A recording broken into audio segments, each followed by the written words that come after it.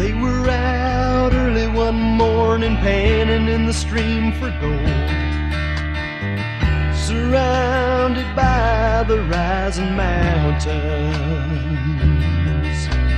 Old prospector with a tale for two, he brushed around in the pan, pointing out what lay within was ordinary sand.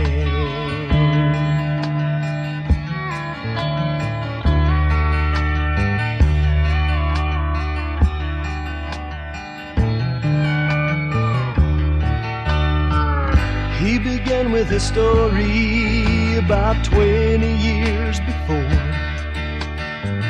and a younger man who sought his fortune. With a tear or two he told of searching for his treasure, but making known the gold he sought was ordinary pleasure.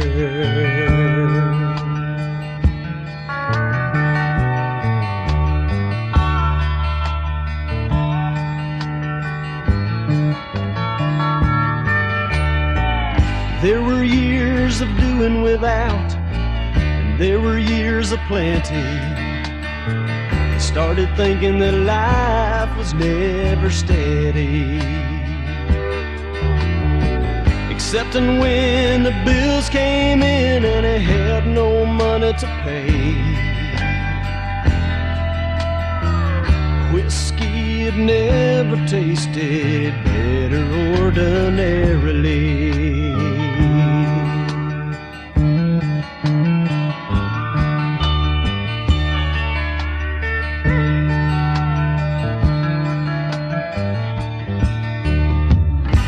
Concluded his story as it filled the air with a laugh, saying how he found the Lord and Savior,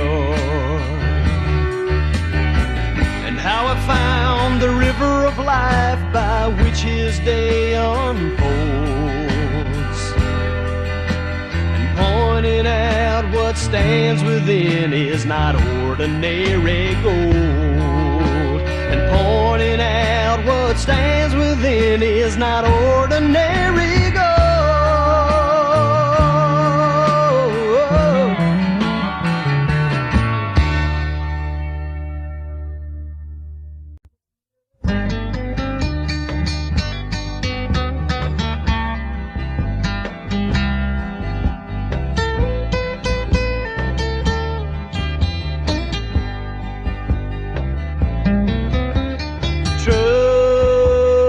Trust in God, believe upon His promises. Through His word we can see His wonders, signs and miracles of His love. We can return His love with devotion, standing on His word before all men. We are His beloved and His chosen, walking in this life renewed with peace. Trust in God, believe upon His promises.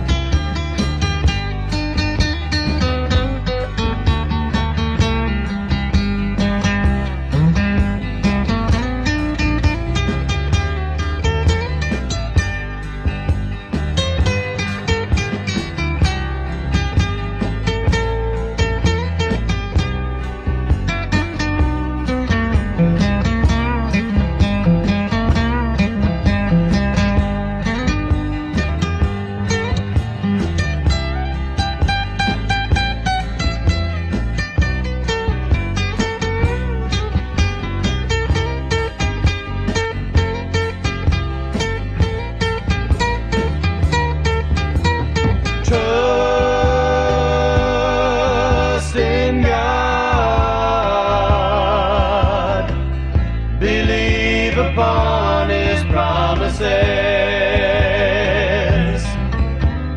Through His Word, we can see His wonders, signs and miracles of His love. We can return His love with devotion, standing on His word before all men. We are His beloved and His chosen.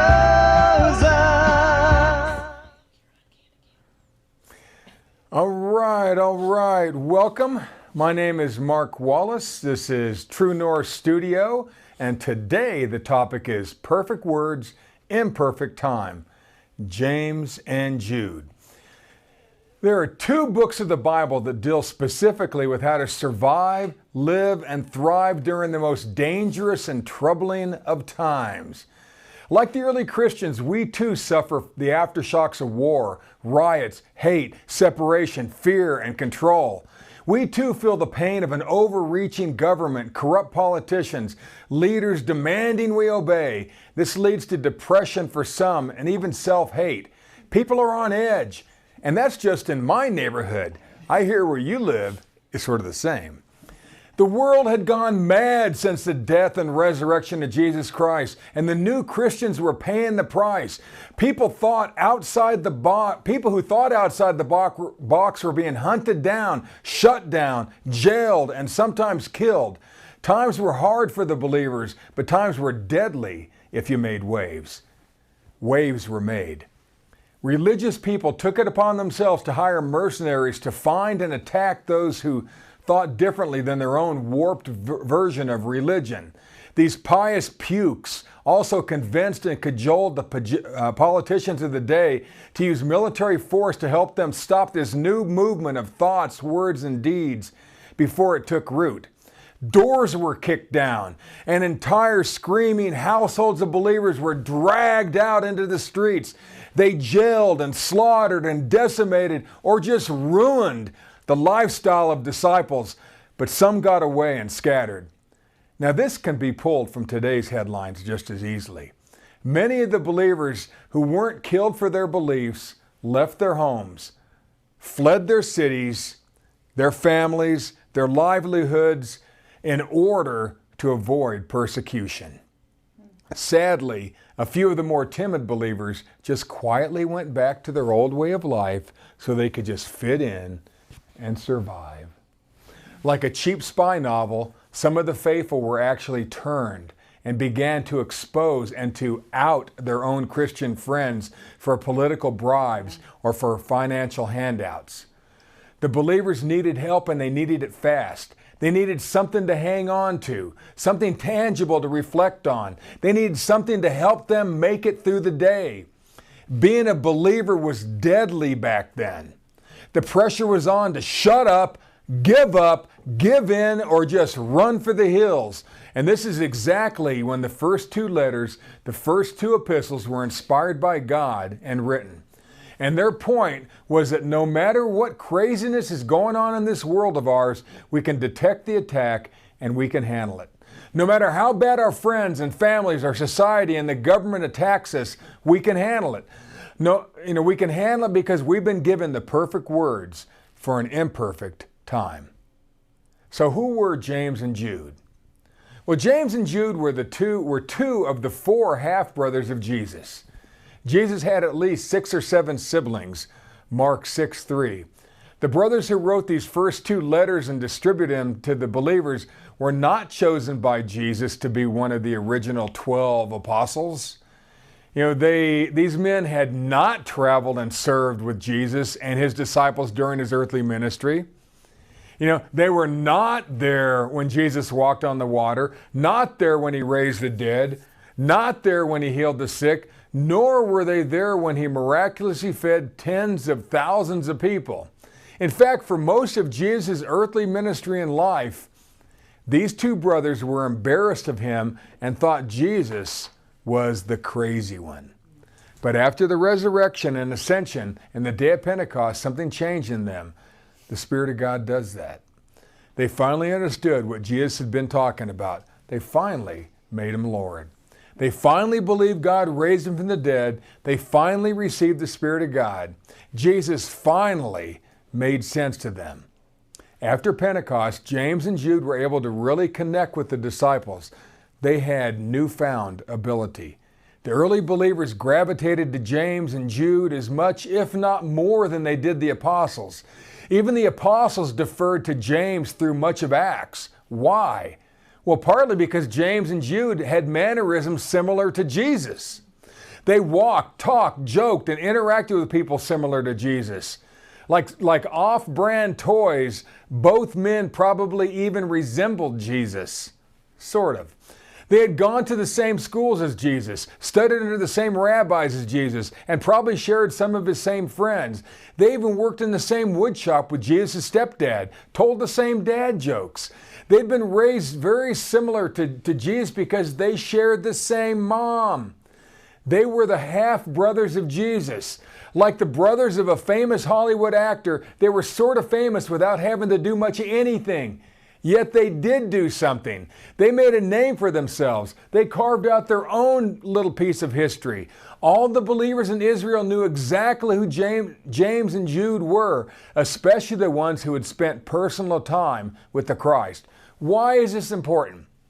Well, because like the inventors of the internet, these two men figured out a way to spread information faster than it had ever spread before. Not only did each of them write an epistle, that's a book of the Bible, they had all the believers hand copy it at every stop. Everybody had their own copy. Like an early version of the internet, the word moved around the known world with the blazing speed of 3 miles an hour, the speed of a postman delivering mail. Their two letters were the complete New Testament for the first 22 years of Christianity. You heard me. Their letters were it. Their letters was the complete set of books in the New Testament for the first 22 years. A mom could read it to her children in 30 minutes. You think those letters were important? Yeah. When James and Jude spread their letters to all the believers in Israel, none of the other epistles that you know and love had been written yet. There were no letters from Paul or Peter, no Matthew, Mark, Luke, and John. No doctrine, reproof, and correction, no book of Revelation. There was no book of Acts or 1 Corinthians 12 to help the disciples understand how to utilize the Spirit of God, keep the faith, all the while being viciously attacked. Paul, the greatest of the persecutors, had just recently got born again about the time James and Jude's letters were being circulated, Acts chapter 9. Paul had not yet written a word. He was a spiritual babe at this time. The world would have to wait 10 more years for Paul to start writing. Jesus' favorite sidekick, Peter, just recently received the personal revelation to lead some of the Gentiles into the power of the new birth, into speaking in tongues. This caused more of a stir in society and among the Judean believers. They were going crazy with this. Unbelievers becoming believers totally upset the apple cart and blew the Judean believers' minds. Acts chapter 10. Things were changing, and things were changing fast. Peter had not yet written a word. It would be 13 more years before 2nd and 1st Peter would be penned. Now, some of you have been taught that the epistles of Jude and James were written to help the future believers after the gathering together, during the tribulation. Wrong, wrong, wrong. They needed them then, and we might need them right now. What I'm saying is, for the first 20 or so years after Pentecost, there was no New Testament other than the letters of James and Jude. The books of James and Jude were the entire New Testament. The early Christians just fed off the Old Testament. They rehearsed the words of Jesus that Jesus had shared, and they talked about his miracles. Now, here's an interesting point. The believers also discussed the words of prophecy that they manifested at their fellowships. They would have words of prophecy, and then they would discuss them. Now, that last point is beyond what most of you have been taught. So you may want to study 1 Corinthians 14 through some fresh eyes. And I've mentioned this before, and I'm going to teach it again someday. But right now, just the thought. Well, the great benefit of James and Jude is that they taught the believers how to stay alive and stay blessed during the darkest of days. Have you ever had dark days in your life? We've all had a few of those. They were going on for 2 decades. There was 2 decades of dark days and dark nights. I mean, we've all had a bad day or a bad week or a bad month, but imagine 20 years of bad. That's what these believers had to live by. And they had no written word other than the epistles of James and Jude. James and Jude also inadvertently showed the apostles how to spread the word of God quickly and efficiently so that everybody had a copy of the latest revelation. This is 1,400 years before the printing press was invented. There were no books like we know books. There was none. Peter and especially Paul followed the example of James and Jude and went on to change the world. They taught Peter and Paul, Matthew, Mark, Luke, and John how to efficiently spread God's perfect words during imperfect times. Now, the lesson of Jude. We're first going to cover Jude, then we're going to cover James. Now we're going to start with a summary of the book of Jude. Don't be scared. Jude's letter alerts us to the evil we all deal with on a daily basis. He tells us how to detect it and that it will usually come from the people that we allow into our lives. At 600 words, Jude is more of a one-page letter than an actual book. Like if you wrote 1 page, it would be about 500-600 words. Okay, so that's how short James's book is. Okay, now James's letter is a bit longer at 2,300 words. That's about a 15-minute read. So you can read both of these in 20-30 minutes. Okay, it wasn't long. And the kickoff verse is Jude 1:3. Now I'm going to read it. Jude 1:3. Beloved, when I gave all diligence to write unto you of the common salvation, it was needful for me to write unto you and exhort you that ye should earnestly contend for the faith which was once delivered unto the saints. Jude really wanted to write about the joy of being born again, but he knew deep down that he needed to write about how to fight like hell just to stay faithful to the word. Jude is going to expose the 3-pronged devil's attack that could get you killed. Now, this doesn't make a lot of sense to us. People don't break into our houses and drag us out because we're teaching Christianity, but in some countries they do. Okay? And if we let things keep going and let people keep taking control of us, it'll happen here too. Because Christianity gives you free thinking, and religious people hate free thinking. So do politicians. Well, he brilliantly repeats the triple attack 4 times in 4 different ways in just 25 verses. We're going to focus on only one, and the section where Jude calls out 3 famous believers who slowly turned to the dark side. And this was happening real time in first century Israel. Jude 1:11. Woe unto them, for they have gone in the way of Cain, and ran greedily after the error of Balaam for reward, and perished in the gainsaying of Corey. Now, he's talking about the people that believers were allowing into their fellowships. Okay? And so he's comparing them to Cain, to Balaam, and to a guy named Corey. Now, it's important to note that these 3 men, they're going to represent people we all know, people who slowly manipulate us with their words. And these were similar to some of the people coming to fellowship, okay? And the 3 men listed are Cain, Balaam, and Corey. The first 2 that you know. With Jude 1:12, these are spots in your feast of charity when they feast with you, feeding themselves without fear. Well, Feast of Charity is just believers eating together and talking the Word. It's an early version of what's evolved into what we today call church. An open Christian fellowship was dangerous back then. And in some countries, it still is today. Someone would send out a group text, if they could text, saying that dinner tonight was going to be at Susan's or Connie's or Mary's or Cheryl's or Michelle's or Tara's or Valeria's house. Oh, and be sure to bring a sack supper. And the heart of this thing called the love feast was simply what we today call the communion service.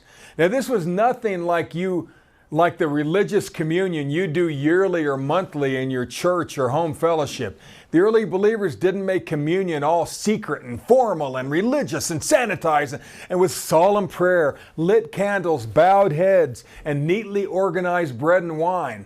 This feast of love happened every single time the believers ate together. It was just part of every meal. And during the sack supper, someone would pick up a piece of their bread like Jesus did at the Last Supper and remind everyone that this bread still represents how Jesus' body was broken for our healing.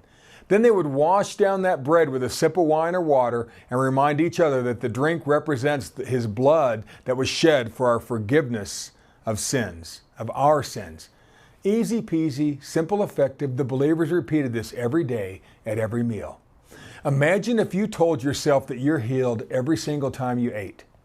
They did in the first century. You think they were healthy? I bet they were pretty healthy. You tell yourself that enough. Don't we all know that you tell yourself enough times, you start believing, right? You believe stuff enough, you start receiving. You start receiving enough, you start living and doing, and it changes your life. Well, they needed healing and the good mental health that comes from forgiveness. Forgiveness adds mental health. It's because the attacks drove these believers from community synagogues and back into their homes. Remember, the people you allow into your homes are usually people you love and trust, not dangerous people, especially during years of fear and persecution. You would never let scary people in your house. This brings us to the word spot. Spot. Now, a spot in your feast of charity doesn't mean a speck or a fly. A spot doesn't make much sense to us today.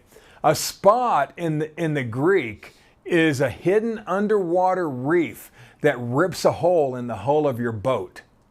Everything looks good on the surface, but underneath there's danger. Think hidden words with double meanings meant to undermine or to hurt somebody. You ever been hurt by somebody and you didn't realize it till after you left? You go, yes.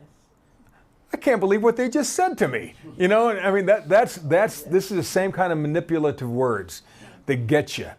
They get you underneath, underwater, deep within. Remember, Christians are being hunted down. Hunted down. So fellowships usually happened at different locations by inviting friends and family over for dinner. That's how they did their fellowships. That was church in that day. So why did Jude bring up Cain, Balaam, and Corey? What was his point? What's my point? You know, who was Cain? What was the big deal about Balaam? And who even was Corey, and why should it matter? This information may surprise you. The way of Cain. Now, we all know that Cain was the first child born to Adam and Eve. They'd raised him to love and acknowledge God, and he was a great kid until he wasn't. Well, Cain slipped. He turned. He became jealous of how much his younger brother Abel loved and manifested God. So Cain mocked him, ridiculed him, eventually hated him, and ended up killing his own brother. He eventually loved the crooked way of the devil more than he loved the abundance of God. This is a process, folks. It took time. It all started with words he told himself, the words that he ruminated on, how he thought about his brother. And here's what I need you to understand. To go the way of Cain does not necessarily mean to get born of the seed of the serpent like many of you have been taught. To go the way of Cain does not mean that. Seed of the serpent is a long manipulative process. Plus, we all know it's not even available for a born-again believer to do anyway. So why is this in here? Well, how many people born of the seed of the serpent would you invite into your home and break bread with during a time of great fear and persecution? I didn't think so. Going the way of Cain simply starts out with telling ourselves that God can't meet our personal need. Remember Eve? The way of Cain is no longer looking to God for healing and no longer caring if He forgives you or not. Cain totally sold out to the world, thereby rejecting God. The way of Cain is to reject the Word, but still go through the religious motions for looks' sake. The way you will, the way will get you to go after others who, that way of Cain, the way of Cain will get you to go after others who shine just a little bit brighter than you. Cain's brother Abel let his guard down and it cost him his life. And that's what Jude's warning here. The way of Cain is to give up on God and to slowly attack those who are really good at manifesting truth. I've experienced churches that were much like that. They hated people who shined. We must be on guard when people are jealous of our walk with God. Their words can cost us our lives. Their words can cost us our lives. That is being aware of the way of Cain. Does that make a little sense? Now the error of Balaam. Okay, to run greedily after the delusion of Balaam was simply was to go for reward. For reward simply means to try to fit into the world, to be accepted by the cool kids of society so you can make more money. Now we all want to make more money, but you're going to give up your spirituality for that. It's also selling the believers out for fame and money. Now remember, they could make money by turning in believers. They could get notoriety for doing that. We see this today in a small way. You don't do something, don't wear a certain article of clothing, don't do something, and then you look down on. People say things. You see, the decision to sell out is usually driven by some type of fear that God can't supply, that God can't heal. Balaam slowly got worn down by the world and traded his spirituality for riches and respect from the unbelievers. He was once a mighty man of God, but he sold out. He also became oblivious to the very clear and vivid revelation. Think talking donkey and seeing a fully armed archangel Michael. He blew all that stuff off. He blew off clear, vivid revelation for a little bit of green, a little bit of notoriety. Don't trade in your spirituality so you can fit into a fickle society and make more money. You will never fit anyway. Nobody really fits. God already loves you and promises to supply your need. Now you already fit with God and you're already loved with God. So what are we worried about? Don't trade your spirituality for money and fame. Don't sacrifice your believer friends for bribes. Your lust for money will drive you spiritually blind and will open the door for other believers to get killed. That is the error of Balaam. Now, perish in the gainsaying of Corey. To perish in the gainsaying of Corey is to allow those people talking behind your back to stop you, misdirect you, or get you off your God game. You've heard loose lips sink ships, or how about a closed mouth gathers no feet? Corey was the guy who tried to turn the children of Israel against Moses when he was up on the mountain for 40 days getting the revelation of the Ten Commandments. He was down in the camps trying to turn everybody against Moses. Corey was a backbiter, a turncoat, and a traitor. Following his words got a lot of people killed. That is perishing in the backbiting of Corey. The theme in Jude is be careful who you allow into your homes and hearts. Their words will either heal or bless, or they can get you dead. Jude's letter goes on to tell us to try to help those same people, but be aware of what's going on so we don't get killed. It's hard to be a believer if you're dead. That's a rough summation of Jude's letter that traveled around with him and his lovely wife. He taught it thousands of times, and people copied it over and over and over. Jude's simple letter, along with the letter from his brother James, held off the adversary for another 10 years until Paul was ready to rock and roll. Jude focused on the evil in the world, how it enters our homes and fellowships, and how it can separate family and friends and get people killed. It will kill. The book of Jude may be worth a look even today. Now the lesson of James. Who was James? James was also a half-brother of Jesus. Are you guys getting this? This is actually his brothers, okay? They look like him. They sounded like him. They moved like him. They used the same humor. These guys, I mean, they were something. They were an anomaly. There was nobody else on earth like James and Jude. Nobody. Plus, they were born again. Now, he too was raised in the same family with Jesus and Jude. Mary was James's mom too. Even more than Jude, James became a leader of the early Christians. Paul deferred to him. Peter deferred to him. Paul and Barnabas sought his counsel. He was a big name. James wrote a letter that was longer yet more personal, more reflective, more eloquent. He and his wife traveled to Israel at the same time, and sometimes even with Jude. He too circulated his letter and had it hand copied a full 10 years before Paul began to write. 10 years. Where Jude was in your face. Jude was sort of a punch in the face kind of guy.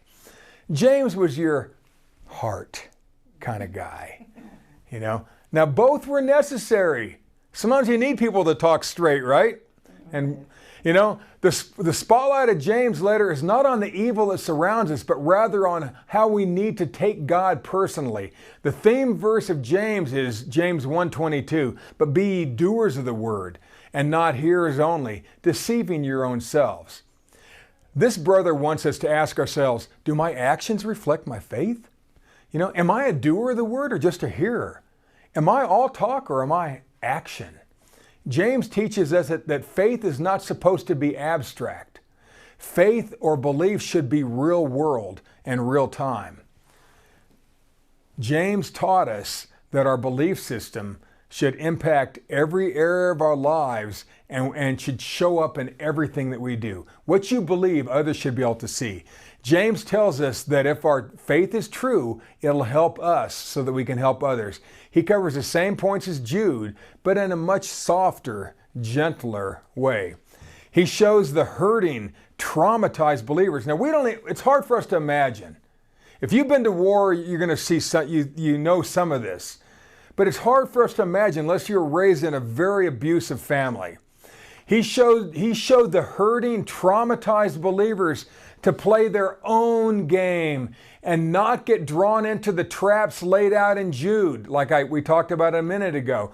True faith and pure believing will endure in the midst of any personal hell. The words of James are so simple, they explain themselves. The testing of your faith, James 1:3, the testing of your faith will show off your patience. 1:8, a double-minded man is unstable in all his ways. 1:13, God cannot be tempted with evil, neither tempteth he any man. 1:17, every good gift and every perfect gift is from above. 1:19, be quick to hear, slow to speak, slow to wrath or anger. 1:21, receive with meekness the engrafted word, which is able to save your souls. 1:22, be doers of the word, and not hearers only. 2:19, thou believest there is one God, thou doest well. The devils also believe and tremble. 2:20 and 26, faith or belief without works is dead. 3:2, if any man offend not in word, the same is a perfect man, and able to bridle the whole body. And I'll explain that, but if you can control your words, you're in control of your whole life. 3:15, worldly wisdom is earthly, sensual, and devilish. See, we have a higher wisdom than that which the world forces upon us because we have the word. 4:2, ye have not because ye ask not. Could it be more simple? 4:7, submit yourselves therefore to God, resist the devil, and he will flee from you. The devil is powerless against the word that you believe. 4:8, draw nigh to God, and he will draw nigh to you. That's mind-blowing to me. 5:12, but let your yea be yea and your nay be nay. And what that means is when you say yes, mean it. When you say no, mean it. 5:16, the effectual fervent prayer of a righteous man availeth much. 5:20, helping someone get born again will save a soul and will hide a multitude of sins. So look how many great quotes are in James. The early believers mastered the words of James and Jude. Put both letters together and you not only notice the attacks, but you will be able to stand far above them. The letters of James and Jude helped thousands of believers stay alive when death knocked at the door. James and Jude will help you make it through the day and want to wake up tomorrow.